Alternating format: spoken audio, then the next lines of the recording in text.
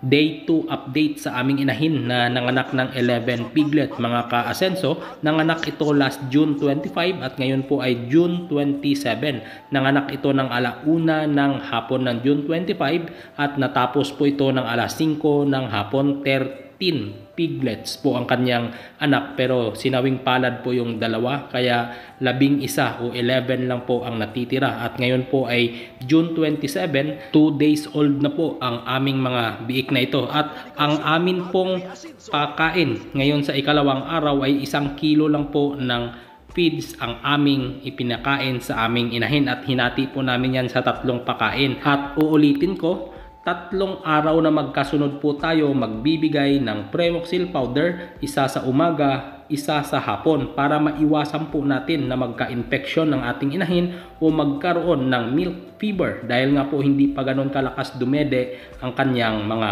biik. So 6 na sachet po ang ating i-prepare na Premoxil para sa ating isang inahin sa 3 araw po na pagpapainom twice a day. Ayan po ang sarap ng tulog ng mga biik na ito. Napakalusog po nila at napakasigla po nila kapag sila po ay gising. Ito pong isa nakahiwalay po dyan sa 10. Ito po ang pang-11. Medyo mahina po ng kaunti pero okay din naman po dahil malakas din namang dumede. Ayan, habang kumakain po ang aming inahin, natutulog naman po ang kanyang mga biik. Pero kapag natapos na pong kumain ang inahin, tinatawag po niya ang kanyang mga anak at ayan po, lalapit na lang po sa kanya. Pero dahil nga day old pa lang ito, 2nd day pa lang, hanggang sa 5th day po nito ay lalayan pa po namin ito para maiwasan na maipit po ang kanyang mga anak once na umihiga ang kanyang nanay. Dahil nga po medyo hindi pa ganun kabilis yung mga biik na ito, baka maipit po kapag biglang humiga ang nanay na galing po doon sa pagkain. Next day po, i-update ko po sa inyo pag-inject po namin ng iron at saka B-complex sa ika-5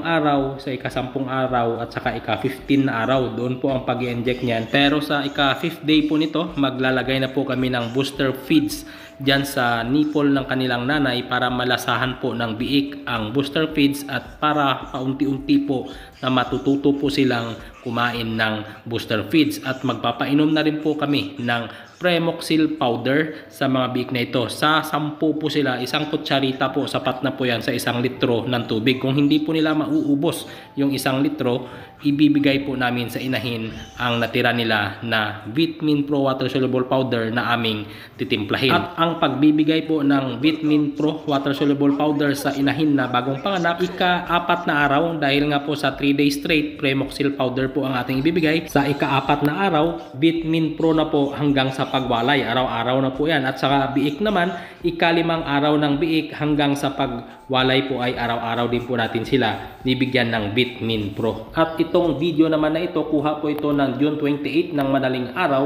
Nakaramdam ng gutom o pagkauhaw ang inahin na ito, kusa na lang itong uminom. Ito ang kagandahan kapag meron pong automatic water drinker sa ating pig pen, dahil nga po kapag nakaramdam ng pagkauhaw ang ating inahin, kusa na lang itong iinom. At ito po ang kanyang mga anak, sarap po ng tulog nito. At bad news mga ka-asenso, dahil ang kaninang umaga na 11 piglets, ngayon po ay 10 na lang po sila. Ayan, 4 po sa harap at 6 po doon sa likod. Dahil sad to say, yung kaninang nakahiwalay na medyo mahina na biik, namatay po yon dahil nga po naipit ng kanyang nanay nung pumunta po ang aking tiyahin kaninang takip silim sa bahay at nagsaing. Pagbalik niya, bigla na lang pong wala nang buhay yung isang biik at nandoon po sa pigi ng kanyang nanay. So ibig sabihin, nahigaan po ito. Ayan, hanggang dito na lang po. Update ko naman po kayo ulit next day.